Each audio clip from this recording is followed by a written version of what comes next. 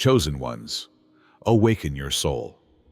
The most dangerous person in any room is the one who has nothing to lose. Independence, courage, and an unshakable will. These are the qualities that unsettle the world the most. You never begged for permission. You never followed the rules designed to shrink you. And worst of all, you never bowed. History has shown that every innovator, every trailblazer, and every revolutionary was once labeled a threat. Not because they sought chaos, but because they refused to be controlled. The moment you stopped asking for permission to exist, you became a force they could no longer contain. And now, even the youngest souls can feel your presence, a child, pure and untouched by the world's fears, has seen you in their dream. They described a figure who moves beyond limitations, who walks through fire without being burned, who stands unshaken while the world trembles. Funny, isn't it? You were never trying to be a rebel. You were just living. Yet your very existence shakes the foundations of the system. Keep going. Keep breaking the chains. The world is watching, even in its sleep. First of all, you upend the covert hierarchies. People prefer to think that everyone has an equal chance, that respect is reciprocated, and that authority is earned. However, everything is governed by covert hierarchies. These aren't as evident as companies or governments. Instead, these are the silent, unsaid power dynamics that occur in friendships, families, businesses, and even religious organizations. They decide who is respected, who is heard, and who remains in their position. The majority of people unquestioningly accept these unseen bonds. The unwritten rules, don't outshine, don't challenge, and don't disrupt, are taught to them early on. Play the role, blend in, and keep your head down. Then there is you, however. You don't comply because it doesn't make sense to you, not because you're attempting to be challenging. You refuse to pretend because you can see through the deception. You are an issue only for that. You become dangerous the instant you stop trying to win over those who secretly want you to bow. They are at a loss for what to do with someone who doesn't yearn for approval or acceptance. The enchantment is broken by your freedom. It compels individuals to acknowledge the vulnerability of the system they support. What's keeping everyone others from escaping if one person can? They resent you instead of merely disliking you because of this. Even worse, the balance of power is shifted just by your existence. You don't even need to speak. Those who depend on quiet compliance are unhappy with your demeanor and refusal to change. They will accuse you of being haughty, challenging, or rebellious, not because you have done anything wrong, but rather because you refuse to give in. The irony is that you become stronger the more they want to control you. You come to see that they were never as powerful as they claim to be the more they push. You, my friend, are totally beyond their control, and the world fears the uncontrollable. The second is that emotional blackmail cannot harm you. One of the first types of control is guilt. Most people aren't even aware that it's being used against them, and it's subtle and effective. People are taught from an early age that their value is determined by the amount of sacrifice they are willing to make for others. Be amiable. Be understanding. Avoid becoming self-centered. And if you have the courage to refuse, to prioritize yourself, you will be greeted with disillusionment, embarrassment, and charges of being callous. Then there is you, however. You can see right through the act. You can tell when someone is unhappy that they can't control you, but not really harmed. You are aware that someone who uses their emotions as a leash is not the same as someone who really cares. And everything changes at that point, because you become uncontrolled once you stop making excuses. Those who use emotional blackmail are clueless about how to deal with someone who isn't worried about being misinterpreted. They anticipate that you would defend your decisions, provide an explanation, and make a little concession to maintain harmony. However, you don't. You allowed them to be angry. You allow them to speak. And you go without hesitation, rather than trying to win their favor. They're scared of it. In actuality, silent transactions form the foundation of the majority of relationships, whether they be familial, friendshipal, or even professional. You owe me that since I gave you this. You don't play that game, however. Giving comes from a sincere desire rather than a sense of duty. Additionally, you refuse to allow somebody to shame you into doing anything that doesn't seem right. You are dangerous just for that. They don't call you. They claim that you are not empathetic. In actuality, however, they are saying, "You won't let me control you, and I don't know how to handle that." This is because they cannot control you if you are impervious to guilt, if you can leave with your dignity intact, and if you won't give in to pressure. Furthermore, there is nothing more hazardous than someone who rejects emotional ownership. The third is that you are a danger because you cannot be purchased. The majority of individuals have a cost. For money, some people may compromise their morals, others for approval, prestige, or a feeling of inclusion. Sometimes it doesn't seem to be clear. Sometimes it's as simple as appearing to agree in order to fit in or being quiet when they need to speak out. These silent exchanges are the foundation of the world. People know just how to dominate you once they know what you desire most. Then there is you, however. You are an issue because you cannot be purchased. Money isn't the only consideration. It's about realizing that no outside incentive can force you to abandon yourself. Since you don't want acceptance, flattery is ineffective. Peer pressure doesn't work since you don't need approval. No one can put a golden carrot in front of you and expect you to pursue it because you're not anxious for possibilities.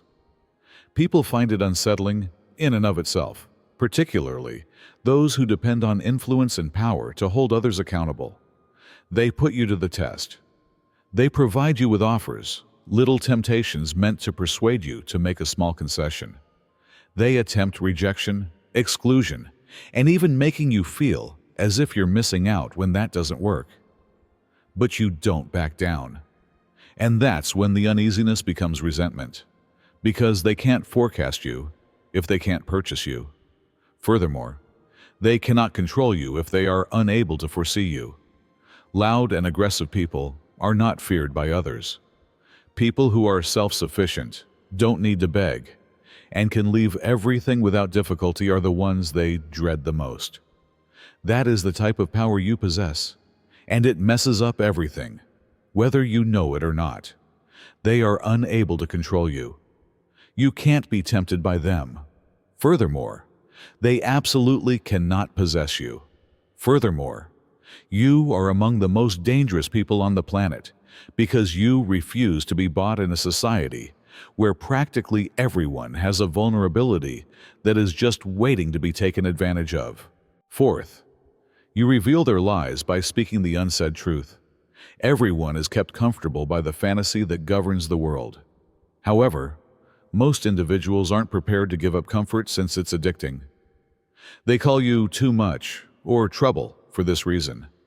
Not because you're incorrect, but rather because you're upsetting the delicate equilibrium they've based their whole existence on. They tell themselves that you are the issue because they don't want to change. It's simpler to write you off as careless than to acknowledge that maybe, just perhaps, you're speaking the truth they've known deep down. What they fail to understand, however, is that truth spreads easily. A falsehood never completely recovers after it has been exposed. Your words create a seed in people's thoughts, regardless of how much they attempt to reject it. And they will remember what you said one day when they least expect it. The truth will be revealed to them. Things will be too late to undo things by then. Number 5. You've seen beyond the curtain, and they can't mislead you. There's a moment when everything changes, when you finally see through the deception. Maybe it was a delayed revelation, or maybe it struck you all at once. But either way, you can't unsee it. The world isn't what it purports to be. The regulations are fictitious. The mechanisms don't work fairly. And the authorities? They are not as strong as they would have you think. The carefully constructed illusions of authority, justice, and morality are the foundation of society. However, below it all lies a game of manipulation, control, and tacit agreements that maintain the dominance of the strong. And you quit playing along as soon as you realize it. That's when you start to cause trouble. Those who profit from deceit need the public to remain oblivious. They require people to trust the systems they support, the tales they tell, and the masks they wear. However, behind the veil you can see. You can tell when regulations are only in place to maintain compliance. You realize that the majority of facts are only stories, produced to benefit the powerful. When someone is trying to offer an illusion rather than reality, you can tell. And it agitates individuals, particularly those who depend on deceiving others. They sense it when you're around. You don't become impressed easily. You don't fall for staged acts, phony humility, or meaningless titles. You know precisely what they're doing, so you don't respond the way they anticipate. They are unable to control you the way they do everyone else. They are frightened by it. They attempt to discredit you, which is what threatened individuals always do. Call you a troublemaker, cynical, or paranoid. Anything to make people not want to listen to you. Because the illusion begins to fall apart if too many people adopt your viewpoint. Furthermore, a world in which people can no longer be deceived is the one thing they dread most. Sixth, weak egos are crushed by your energy. Some folks are attention getters just by being there.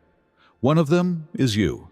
Being the loudest, the most hostile, or even the most powerful is not necessary. The task is done for you by your energy, and it in itself causes a great deal of discomfort for certain individuals. Performance is the foundation of weak egos. People put on masks, exaggerate, and create flimsy personas that rely on other people's acceptance. However, that illusion begins to fall apart as soon as you enter the chamber. You don't have to establish your worth. You don't grovel for favors. All it takes to change the environment is your presence. The reason? You're real. Furthermore, those who depend on dishonesty are threatened by genuineness. People cannot pretend to be confident around you if they have based their confidence on shaky grounds. They feel vulnerable around you, not because you attack them, but because your sheer presence makes them face their shortcomings. You'll be admired by some for it. They will acknowledge your strengths and try to gain knowledge from them. Others, even if you haven't done anything wrong, they will still feel assaulted. That's because there's always a villain in insecurity. They tell themselves that you are the issue rather than confronting their own shortcomings. They'll accuse you of being conceited. They may describe you as scary, challenging, or too intense, but you don't soften to fit in. And that feels like an assault to someone whose self-confidence is based on delusions. Ironically, you don't even intentionally do it. You're not attempting to minimize anybody. You are just existing without apologies and standing in your truth. And you are dangerous because of it. Because ultimately, just your existence serves as a mirror. Furthermore, weak individuals feel afraid, but strong people are motivated by what they see. The seventh is that you have eliminated the dread of loneliness. One of the most powerful types of control is the dread of being alone. It keeps individuals in unhealthy relationships, compels them to fit in, and makes them put up with things they ought to have stopped long ago. The majority of individuals would sooner compromise themselves than run the chance of being alone. However, you've been there before. You've sat in quiet, strolled by yourself, and experienced the type of loneliness that breaks most people. And you made peace with it, rather than allowing it to ruin you. You understand that abandoning oneself to fit in is the enemy, not loneliness. That difference in thinking altered everything, because you become unmanageable once you stop being afraid of being alone. People cannot use rejection to control you. You cannot beg for a place at their table. You don't put up with rudeness merely to keep from being alone. They're scared of it, because only those who fear standing alone are susceptible to domination. In an attempt to shatter you, they strive to make you feel alienated. They revoke their permission since they anticipate your return. It disturbs them to their very core, however, when they see you flourishing in your own area, unconcerned, and going on without them. They understand that you don't need them. They are unable to manage such power. In actuality, most individuals are afraid of what they will have to deal with once the commotion subsides, rather than of being alone. However, you've completed that task previously. You've sat in the stillness, faced your demons, and emerged stronger. Their attempts to use loneliness as a weapon now fail. You are dangerous because of it, because someone who is uncontrollable is one who does not fear being alone. The eighth is that you breach generational curses without consent. In many families, nations, and communities, there is an unwritten rule: suffer just like everyone else. Continue the cycle. Observe the script. Limit the number of inquiries you ask. Additionally, don't break free in whatever you do. Your freedom serves as a reminder that they too have a choice, not because they don't desire better. Generational curses include more than simply tragedy or poverty. They refer to behaviors such as fear-based life, dysfunction, and quiet. They include putting up with poisonous relationships because family is everything, minimizing oneself to accommodate others, and perpetuating the same suffering because it has always been that way. However, you wouldn't accept that. You didn't seek approval to adapt, change, or heal. You just succeeded. And there is where the issue begins. Those who are still stuck see your progress as a betrayal rather than an encouragement.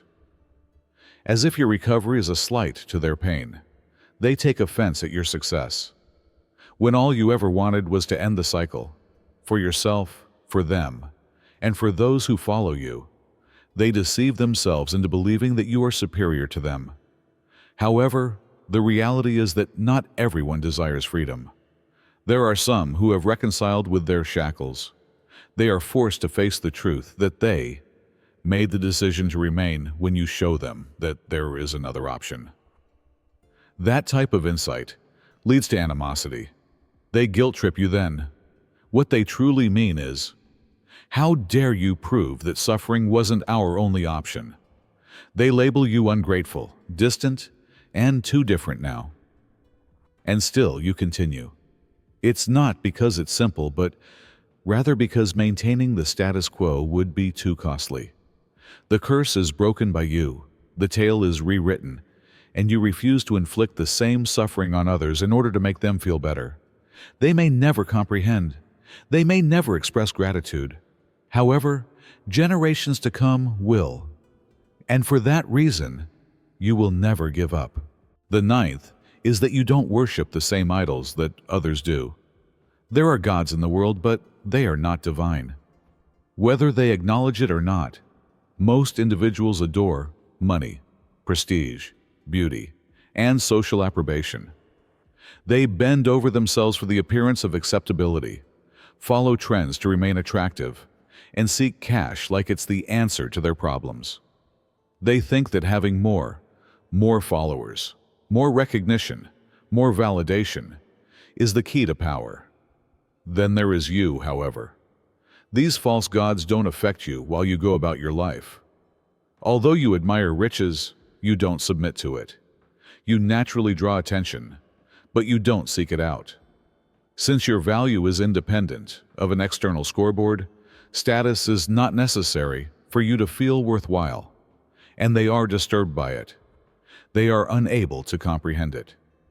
Climbing the social and economic ladder is the path to power in their society. It thus shocks them to see you prospering without worrying about the things they kill themselves for. It causes them to doubt everything. What drives you if you're not driven by money, approval, or the desire to be liked? You are admired by some. When they see your disengagement from these delusions, they question if there could be another way to live. Others. It is personal to them. They must think that their gods are real, that wealth is the ultimate power, that success is correlated with approbation, and that value is determined by position. Because what have they been living for if that isn't the case? If you can be strong without any of it? They attempt to test you because of this. Wealth flashes before you. Pull social status. Make approval seem like a reward. They seek evidence that you are similar to them, not because they want to assist you. They recognize you have something they don't. However, when you don't bite and remain unconcerned and unaffected. And there is nothing more terrible than someone who is uncontrollable, uninfluenceable, and unbuyable. The 10th is that you make others face their own helplessness. The majority of individuals lead cautious lives because they have persuaded themselves that they have no other option, not because they want to. They keep their heads down, play it safe, and obey the rules, not because they are wise, but because they are afraid. Fear of not succeeding, fear of being judged, fear of crossing the invisible boundary that society has set for them. They assure themselves that they are acting responsibly and sensibly. But they know in their hearts that they've made up. Then they notice you. You take chances. You question the laws they have lived their whole lives following. You go about the world as if you have faith in yourself and don't need approval to be there. And that affects them in some way. For some, it's motivating. You remind them of their past selves and their potential selves. For others, however, you serve as a constant reminder of their own helplessness, and they are unable to accept that. They betrayed themselves long before the world did, and it's simpler to be angry with you than to confront the reality that they had opportunities but didn't seize them, that they disregarded their intuition, that they helped construct the cage in which they reside. Thus, they launch an assault. The only reason they label you reckless, stupid, and irresponsible is to feel better about themselves, not because you are. They don't need to evaluate their own decisions if they can persuade themselves that you're mistaken and that failure is certain. They don't have to acknowledge that they are the only thing really preventing themselves. What sets you apart, however, is that you don't need their comprehension. You're not trying to win them over. To continue, you don't need approval. And that is the main thing that frightens them, because they could have done so at any time if you were able to break free. And there's nothing more disturbing than knowing that you were just terrified and never really helpless. 11th, they become very upset when you don't provide an explanation. The majority of individuals have been taught to explain themselves because they've been conditioned to feel that they owe the world an explanation for their existence. They soften their words, over-explain their decisions, and seek permission before acting, not because they want to. However, that's not a game you play. You don't announce the choices you make. You leave situations without making a big show of it. You develop, adapt, and grow without asking for permission, and it makes people crazy. Why? Because individuals feel more in control when they have an explanation. When someone defends their decisions, it gives others the opportunity to agree, disagree, or debate them. It gives them a sense of control over the course of events. However, you lose that power when you take action without speaking, when you just make a decision and take action. And it generates resentment. People are interested in your thoughts. They want to know why you didn't select them, why you said no, and why you left. They can't take not being in charge of your tail, not because they really care. They will insist on answers, but their true goal is to give you the opportunity to reconsider. They seek a means of regaining access, a gap, a chance to sow doubt and entice you back into their sphere of control. And the true irritation arises when you don't offer them that, when you don't want to explain, and when you go on without discussion. They will label you cold, aloof, and conceited. not because you are, but because they find it intolerable that you don't need their approval. They are not used to individuals who make decisions and stick to them without regret, without justifications, or without hindsight. What people fail to see, however, is that you're not being challenging. You just have freedom. Furthermore, those who continue to live in cages constructed by fear and validation will always have a misunderstanding of freedom, particularly freedom that doesn't need permission. The 14th is that you cause others to doubt their true selves. The most profound question of all is one that most people spend their lives avoiding. Who am I really? They never dare to question if the life they're leading is really their own. Instead, they construct identities based on social conditioning, fear, and expectations. They divert themselves, numbing the pain, and tell themselves that this is the way things are. Then you appear, and all of a sudden they are unable to ignore the inquiry.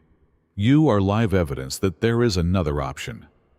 It's not necessary for that dread to rule you, that the guidelines they were instructed to adhere to are subject to change. So they are not confined to cycles they secretly detest, remain little, or remain mute. And the most hazardous thing of all is that awareness. Because it is impossible for someone to fully unsee freedom once they realize it exists. They may attempt to discredit you, make fun of you, or undermine you.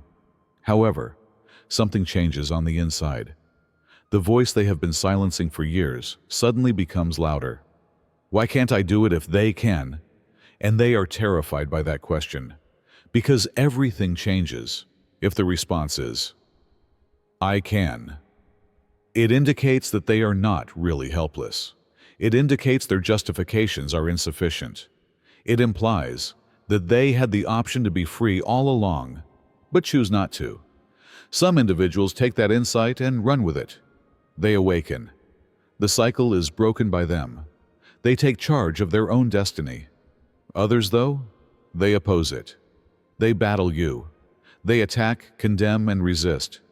Because embracing your truth would require addressing their own falsehoods. It would entail acknowledging that they had lived as a subset of their true selves for years, if not decades. You make others uncomfortable because of this. You make people reevaluate what they believe to be true, not because you're incorrect.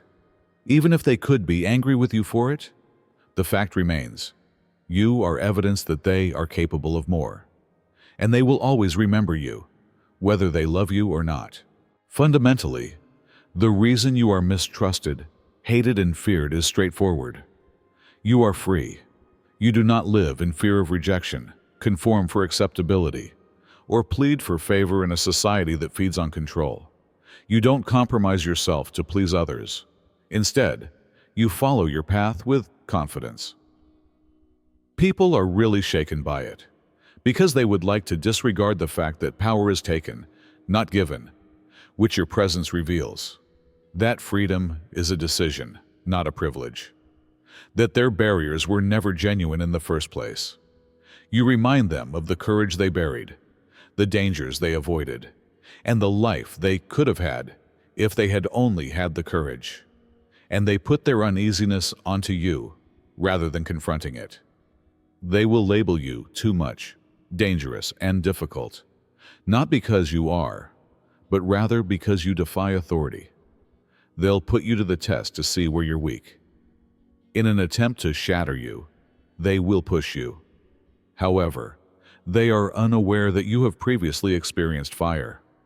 Self-doubt, rejection, and loneliness have previously been endured by you, and you have overcome them. Allow them to feel uneasy. Allow them to whisper. Allow them to misinterpret. Allow them to label you as they see fit. It doesn't alter who you are. Making them feel secure in their delusions is not your purpose. You are here to disrupt cycles, push boundaries, and show what real power looks like. In all honesty, they may never express gratitude for it. They might never acknowledge that they had to mature because of you. However, they will think of you when they eventually confront their own reality. Ultimately, It is the hallmark of someone who was never intended to be typical. Don't keep this message to yourself if it resonated with you, if it awakened something inside of you, or if it changed the way you see yourself. This is just the beginning, so click that subscribe button. There is more power to assert, more truth to discover, and more boundaries to breach.